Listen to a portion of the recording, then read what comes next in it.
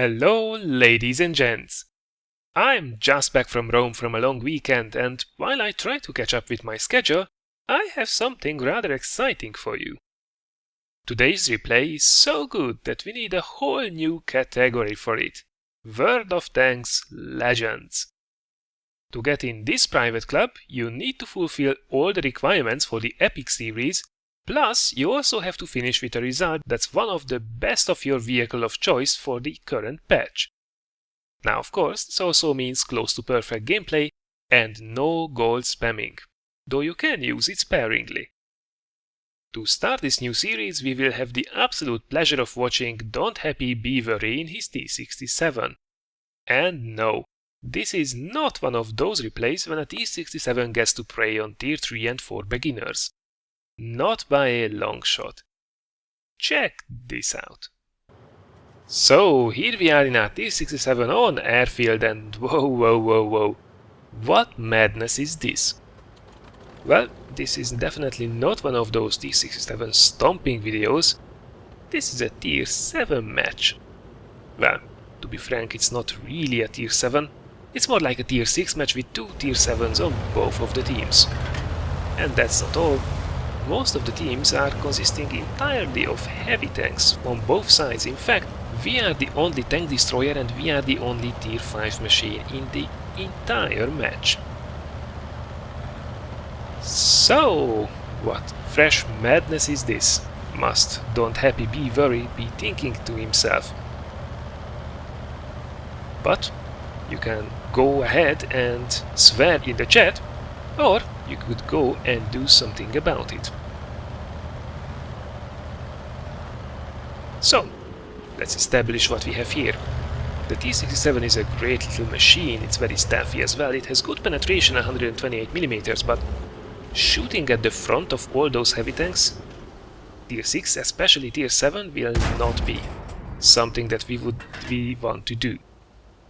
However, if we can get ourselves into a cheeky position, where we can get the size of said heavy tanks, preferably remaining also in cover, because the T67 is a very stealthy machine, we should have a field day. So that's definitely where we should start the engagement. All these heavies are, as expected, all having a party around that middle rock. And oops, we have been spotted, we definitely have to get back into cover. Even one shot from a lot of that crowd will send us back straight into the garage. Enough time has passed, the Skoda T40 is not aiming at us. We have to worry about the KV-85 who is coming back, aiming this way, so let's not take any chances. And as quickly as that, 800 damage has been done. It would have been already a fair result in a match like this. But there is much more damage to be done in this game. Now you see that this T67 reversing back up to the rock, just to make sure that we don't receive any shells, even blind fire, through the bush. T150, very dangerous target. We managed to track him. However, 0.39 accuracy, this is not really going as planned. We can't even penetrate his sights trying to shoot between the tracks, so what we have to do, we have a couple of APCR rounds actually loaded in this machine, 12 to be exact, which is, I would say, about average of what most people will pack if they plan to play their T67 fairly regularly. And switching there was the perfect thing to do. Absolutely no reason why we should bang our head against the wall if it was just not working out. And shooting at the side of a tank, you won't have a better chance than that of taking them out. Of course, we could have also hoped for a bit of luck and kept on shooting AP, but have a look at the ammunition count. This machine does not get a lot of ammunition at all. In fact, we have only 45 shots to engage all these heavy tanks with, and well, there is another one. double KV-85 destruction. Oh yeah. But the ammunition is decreasing rapidly and we are still 2 tanks behind. It's 11-9 in favor of the enemy team. Luckily, the remaining tanks on our side are a KV-2 and an OI, and they seem to be a bit more seasoned than the guys on the enemy team. Now, of course, the enemy OIs are posing just as much danger with their stupidly dangerous gun.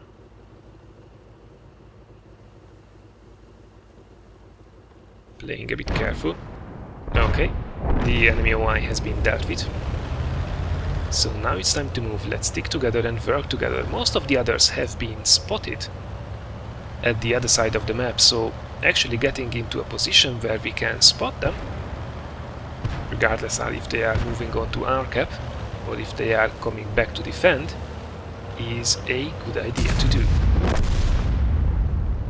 And oh crap, we have been spotted. That was probably a proxy spot from the already blown up KV-85. So let's be careful, let's not jump straight on that bush. Right, but now it should be safe, however, so let's see what we can find. There is a jumbo up top and whoa, side of an OI. Well, don't mind if I do. This is the most inviting target you could ask for, and oh, there is another one absorbed by the tracks, but this OI just doesn't seem to care. Now we are unspotted, he takes a blind shot, but no, Mr. OI, I really don't know what this guy is doing at this stage, but we managed to take him out. And what's this? A VK coming up the slope, and it's only 2 armor-piercing shells left, so let's make the most of them. Wish we are already spotted by the VK, so let's pull back. Let's not risk it.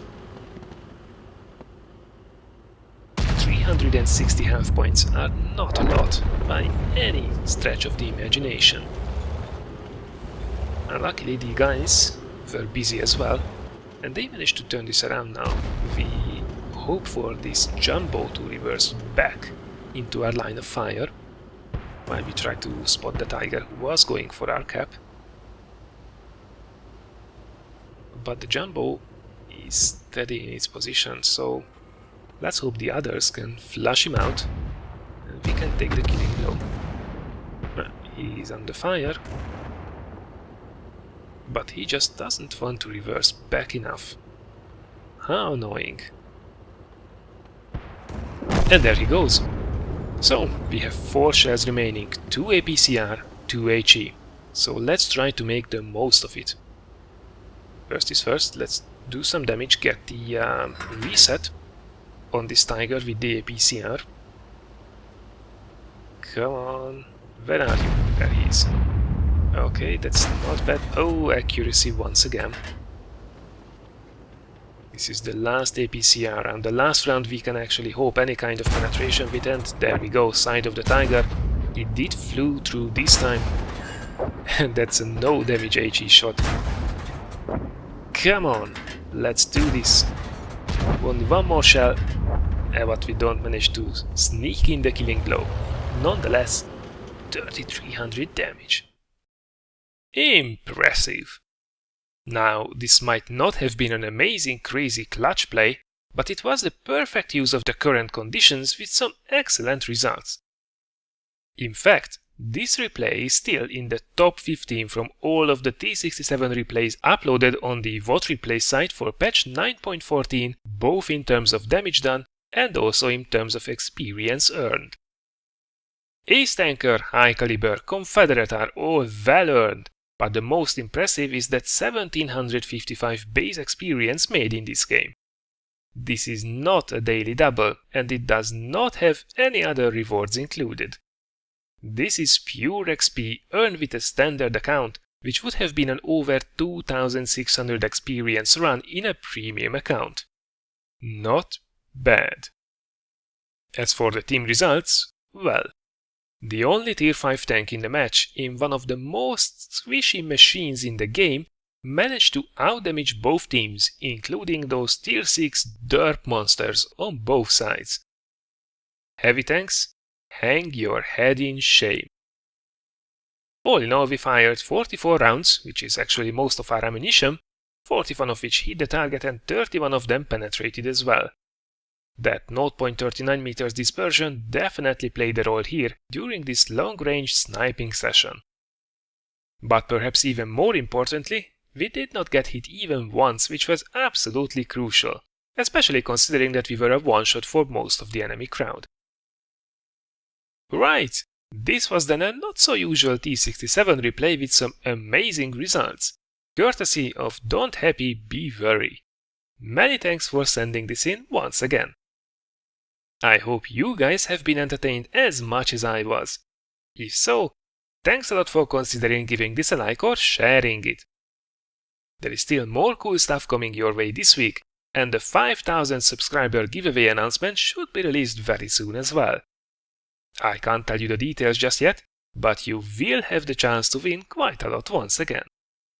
Thank you very much for watching, and I look forward to seeing you again in one of the next videos.